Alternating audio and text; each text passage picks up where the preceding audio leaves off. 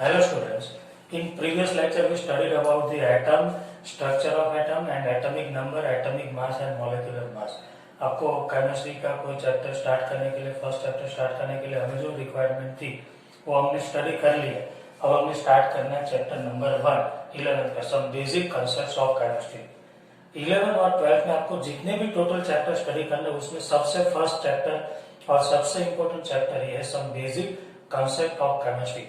कोई भी बड़ा काम करने के लिए हमें कुछ प्रिपरेशन करनी होती है, वैसे ही केमिस्ट्री जितना बड़ा सब्जेक्ट स्टडी करने के लिए हमें कुछ छोटी छोटी बातें, कुछ छोटे छोटे कंसेप्ट और बेसिक कंसेप्ट का पता होना चाहिए, और वही कंसेप्ट आपको इस चैप्टर में दिए है।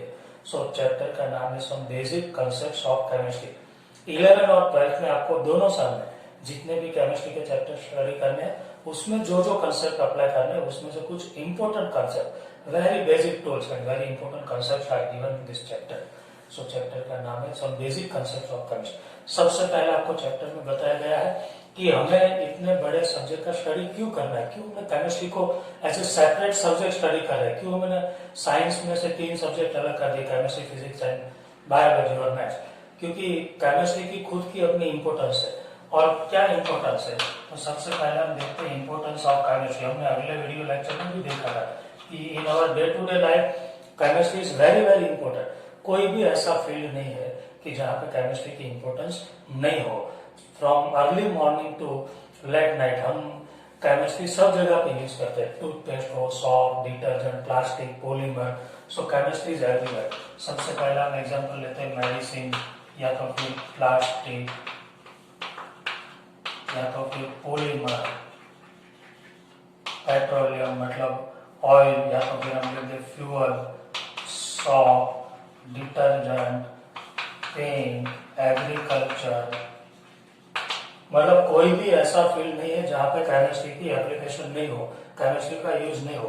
Chemistry is very very important in our day to day life. आपको 2 एग्जांपल भी दिए मेडिसिन के लिए, आपको इस चैप्टर में 2 एग्जांपल दिए। 2 एग्जांपल हमें याद रखने कि अब इस टाइम में जो सबसे डेंजरस डिजीज है जिसका कोई इलाज हमारे पास नहीं, उसके लिए केमिस्ट्री में हमारे पास 2 मेडिसिन है। उसमें एक है सिस्प्लेटिन और दूसरा एक नाम आपको दिया है टैक्सोल, और एक नाम दिया है एजिडोथाइमिडिन। इसे बोलते हैं AZT। It is they both are used for treatment of cancer. Means cancer के जो सिम्टम्स है उसे क्योर करने के लिए दोनों मेडिसिन है, and they are prepared by using the concepts of chemistry in chemical industry. So it is the application of chemistry. मतलब आपको केमिस्ट्री की इंपॉर्टेंस यहाँ पे एक्सप्लेन करने की ट्राई की है टेक्स्ट बुक में कि ये 2 मेडिसिन का एग्जांपल लेके कि केमिस्ट्री कितना इंपॉर्टेंट है। इतने डेंजर डिजीज को क्योर करने के लिए केमिस्ट्री के पास सॉल्यूशन है। और ये जो मेडिसिन है वो यूज होती है HIV इन एड्स, एजिडोथाइमिडिन। सो केमिस्ट्री की इंपॉर्टेंस आप समझ गए होंगे। प्लास्टिक, पॉलीमर, फ्यूल, आप ये सब के बिना हमारी day to day life imagine कीजिए, it is very very difficult. So chemistry is very very important in our day to day life, and that's why we have to study the chemistry as a separate subject, और इसलिए हम इसे अलग से study कर रहे हैं। और इसकी इंपॉर्टेंस हमने देखी। अब जिसकी इंपॉर्टेंस होगी, मतलब कोइन के 2 साइड होते हैं ना, जिसकी इंपॉर्टेंस होगी इसकी कुछ हार्मफुल इफेक्ट्स भी होती है। तो केमिस्ट्री की क्या हार्मफुल इफेक्ट है और केमिस्ट्री में क्या प्रॉब्लम होते हैं वो भी हम देख लें कि केमिस्ट्री जहाँ पे यूज होता है वो केमिकल इंडस्ट्रीज है, और केमिकल इंडस्ट्री में केमिकल प्रोसेसेस होती है, और उसमें से जो केमिकल वेस्ट बाहर निकलता है it cause the pollution. It is the biggest problem of real time. अभी का जो टाइम है उसमें सबसे बड़ा प्रॉब्लम है पॉल्यूशन, क्योंकि ये जब ये सारे कंपाउंड जहाँ पे बनते हैं वहाँ पे पॉल्यूशन क्रिएट होता है। बिकॉज केमिकल इंडस्ट्री में जो निकलता है वो डेंजरस केमिकल वेस्ट होता है, whether it is liquid waste, whether it is solid waste or it is gaseous waste। gaseous waste को हम बाहर गैस में जाने देते थ्रू चिमनी, और सॉलिड वेस्ट को हम सॉइल में डंपिंग कर देते तो वो सॉइल की भी फर्टिलिटी लॉस हो जाती है। लिक्विड वेस्ट को हम पानी के साथ मिला देते हैं तो सी वाटर हो या रिवर वाटर, उसमें पॉल्यूशन हो जाता है। तो केमिस्ट्री यूज करने से सबसे बड़ा प्रॉब्लम हो रहा है पॉल्यूशन। हम जिस सब्जेक्ट का स्टडी कर रहे हैं उसकी दोनों साइड का हमें पता होना चाहिए, positive side and negative side. और पॉल्यूशन हो रहा है तो हमें क्या करना चाहिए, पॉल्यूशन होता है तो पॉल्यूशन को स्टॉप करने के लिए इसका मतलब ऐसा नहीं कि हम केमिस्ट्री को यूज करना बंद कर दें। पॉल्यूशन का भी सॉल्यूशन केमिस्ट्री में है और वो है ग्रीन केमिस्ट्री। ग्रीन केमिस्ट्री ये पॉल्यूशन को स्टॉप करने के लिए। केमिस्ट्री में एक पूरा नया ब्रांच खोला गया जिसका नाम दिया गया ग्रीन केमिस्ट्री। ग्रीन केमिस्ट्री में जो साइंटिस्ट काम करते हैं उसे क्या करना होता है कि सबसे कम पॉल्यूशन हो ऐसी कुछ डिस्कवरी करनी चाहिए। मैं आपको एक एग्जांपल देता हूं कि ग्रीन केमिस्ट्री के साइंटिस्ट क्या करते हैं।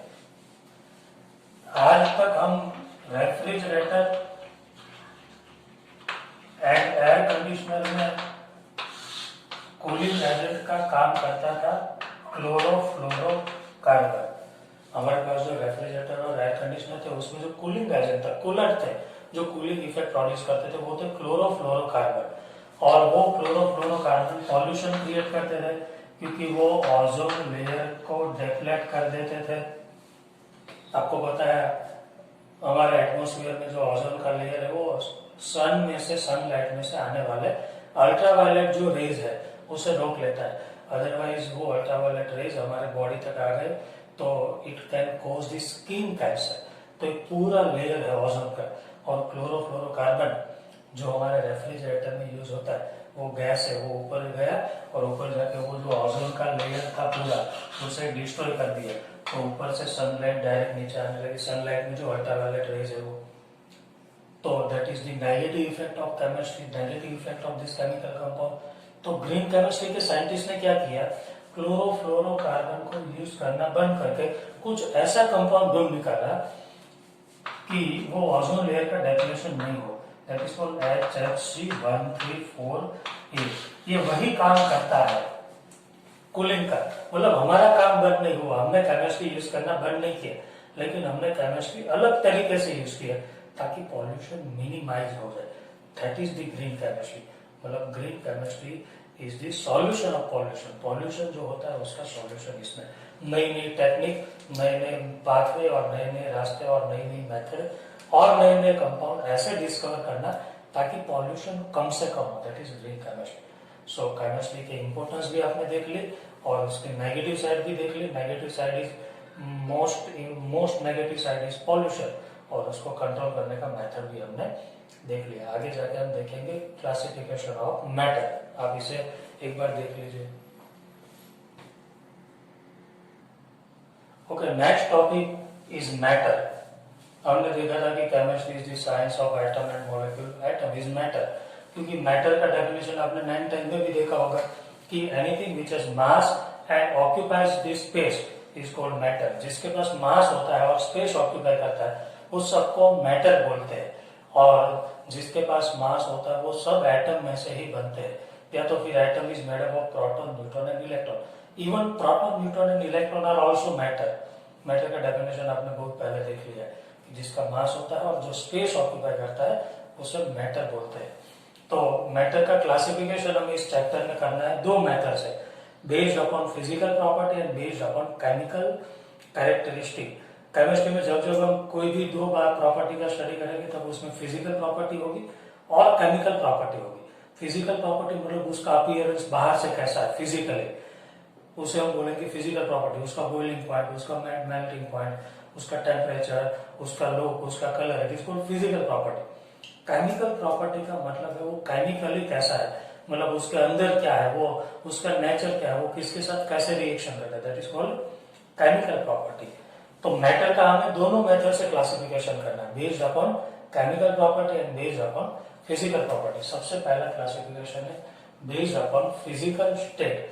Matter can be classified into 3 physical state. वैसे तो 3 से भी ज्यादा है आगे जाके, लेकिन हमारे लिए सिर्फ 3 फिजिकल स्टेट का स्टडी करना है, that is solid, liquid and gas. किसी भी मैटर को आप देखें, आपको जो दिखाई देता है या तो जो नहीं दिखाई देता है लेकिन वो मैटर है, it may be solid, liquid और गैस फिजिकल। मतलब कोई भी मैटर देखने में या तो सॉलिड होगी या तो लिक्विड होगी या तो गैस होगी, दैट इज फिजिकल स्टेट। तीनों में बेसिक डिफरेंस क्या है, मेन डिफरेंस क्या है, वो हमें अच्छे से पता होना चाहिए। देखिए सॉलिड, लिक्विड और गैस में क्या होता है। सबसे पहला, सॉलिड में डिस्टेंस मिनिमम, दो मॉलिक्यूल के बीच का, दो एटम के बीच में जो डिस्टेंस है वो मिनिमम होता है. This chopstick is made up of calcium carbonate, one calcium carbonate, second calcium carbonate, third, they all are close to each other. मतलब there is no distance between them.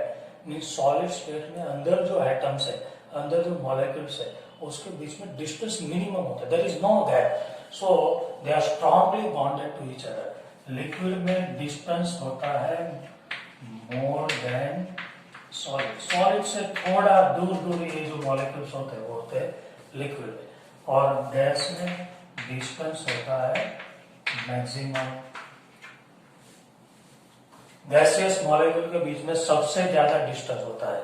They are far away from each other, मतलब उसके बीच में distance ज्यादा होता है. दूसरा point, distance बहुत कम है तो उसके बीच में एट्रैक्शन जो है that is called intermolecular attraction. Attraction की जगह पे हम ऐसा वर्ड लिखेंगे तो ज्यादा सुंदर होगा. Inter molecular attraction is maximum.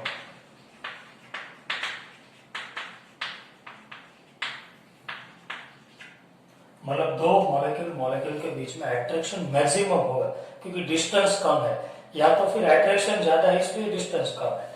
Means दोनों मॉलिक्यूल या दोनों एटम के बीच में एट्रैक्शन बहुत ज्यादा होगा, मैक्सिमम. इसमें लेस देन सॉलिड होगा क्योंकि थोड़े दूर है सॉलिड से तो एट्रैक्शन भी ऑब्वियसली कम होगा. इसमें एट्रैक्शन मिनिमम होगा. There is no attraction, attraction is negligible. So gas में दो मॉलिक्यूल के बीच में एट्रैक्शन मिनिमम होता है. थर्ड, इसकी थर्मल एनर्जी मैक्सिमम मिनिमम होती है. थर्मल एनर्जी या काइनेटिक एनर्जी या तो फिर उसका टेम्परेचर मिनिमम होता है, मतलब वो उसके पास स्पीड नहीं होती, वेलोसिटी नहीं होती, वो वहीं पे बैठे रहते हैं. They can not move, they can not change their position because they are tightly bonded. तो उसके पास थर्मल एनर्जी, हीट, उसके पास एनर्जी सबसे कम होती है. So they are settled at one place. उसके पास थर्मल एनर्जी थोड़ी ज्यादा होगी मोर देन सॉलिड क्योंकि डिस्टेंस ज्यादा है, एट्रैक्शन कम है, तो दे कैन मूव. वे थोड़ा ऐसे ऐसे दौड़ते रहते हैं जिसे हम बोलते हैं थर्मल एनर्जी, वो थोड़ी ज्यादा है. और इसके पास थर्मल एनर्जी मैक्सिमम है, इसलिए गैस के मॉलिक्यूल ऐसे ऐसे भागते रहते हैं और उसके बीच में कंटिन्यूअसली कॉलिजन होता रहता है. सो गैस की थर्मल एनर्जी सबसे ज्यादा होती है. That is three basic difference. और उसके बीच में हम बता सकते हैं कि सॉलिड आर रिजिड, उसका शेप जो होता है और उसका वॉल्यूम होता है वो फिक्स होता है.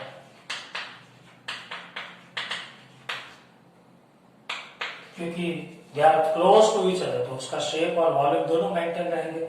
उसमें लिक्विड में क्या होगा, शेप फिक्स नहीं होता है, वॉल्यूम फिक्स होता है. Volume is fixed. इसमें 1 लीटर वाटर है तो आप बड़े कंटेनर में इसे डाल देंगे तो वो 1 लीटर ही रहेगा. 10 लीटर के कंटेनर में इस वाटर को ले लेंगे तो वो 10 लीटर नहीं होगा. So volume is fixed but shape will be changed. जिस शेप का कंटेनर होगा ऐसा शेप इसका हो जाएगा. So shape is not fixed. और इसका shape and volume both are not fixed. जैसा कंटेनर होगा वैसा ही उसका शेप होगा और जो वॉल्यूम कंटेनर का होगा वही वॉल्यूम गैस का होगा. आगे जाके आपको ये ध्यान में रखना है केमिस्ट्री में कि आपको कोई बोले कि hydrogen gas is filled in 3 litre of container, तो कंटेनर का वॉल्यूम 3 लीटर है तो वो गैस का भी 3 लीटर होगा क्योंकि गैस को अपना वॉल्यूम नहीं होता है. जितने बड़े कंटेनर में वो गैस को आप ले लेंगे उतना हो जाएगा. आप इससे भी बड़े कंटेनर में उसी गैस को लेंगे तो वो स्प्रेड होकर उतना हो जाएगा. So there is 3 basic differences between solid, liquid and gas. Matter को हमने क्लासिफाई किया based upon physical state, solid, liquid and gas. Solid में क्या होता है, डिस्टेंस मिनिमम, थोड़ा ज्यादा और ज्यादा, डिस्टेंस कम है तो एट्रैक्शन मैक्सिमम, तो एट्रैक्शन थोड़ा कम और उससे भी कम. फिर काइनेटिक एनर्जी या थर्मल एनर्जी मतलब स्पीड उसके पास बहुत कम है, मतलब वो सिर्फ वाइब्रेट होते हैं, दौड़ नहीं सकते. इसमें थोड़ा मूवमेंट होता है और उसमें सबसे ज्यादा मूवमेंट होता है।